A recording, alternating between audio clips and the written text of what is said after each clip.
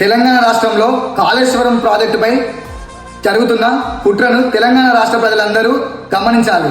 ఈ కాంగ్రెస్ ప్రభుత్వానికి మరియు బీజేపీ పార్టీకి ప్రతి ఒక్కరు ఒక సురుకు అందించే విధంగా ప్రతి ఒక్కరు కాళేశ్వరం ప్రాజెక్టుపై తప్పు మాట్లాడితే చెంప భాషలాగా ప్రతి ఒక్కరు కొట్టాల్సిన బాధ్యత తెలంగాణ బిడ్డల మీద ఉంది. అసలు కాళేశ్వరం ప్రాజెక్ట్ అంటే ఏమిటి? అసలు కాళేశ్వరం ప్రాజెక్టులో జరిగిన సంఘటన ఏంటిది? కుప్పకూలిపోయిందా లేకపోతే కాళేశ్వరం ప్రాజెక్ట్ పనికిరాదా? అసలు ముందుగా కాళేశ్వరం ప్రాజెక్ట్ అంటే ఏంటో తెలుసుకోవాలి.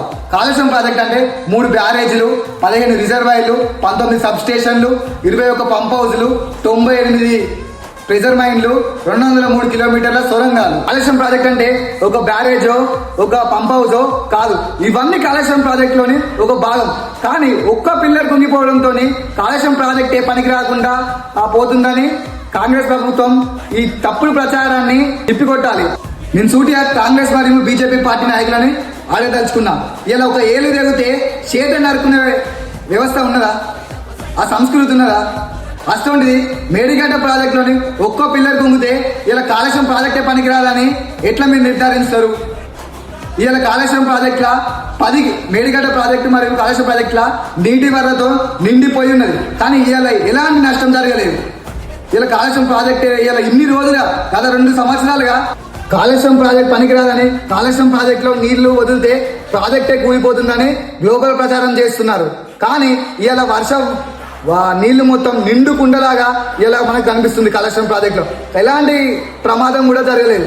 ఏదో ఒక పిల్లర్ గుంగుడుతోనే వీళ్ళు రాజకీయంగా కుట్ర చెంది కాళేశ్వరం ప్రాజెక్టు పనికిరాదని గ్లోబల్ ప్రచారం చేసుకుంటూ పూట గడుపుతున్నారు.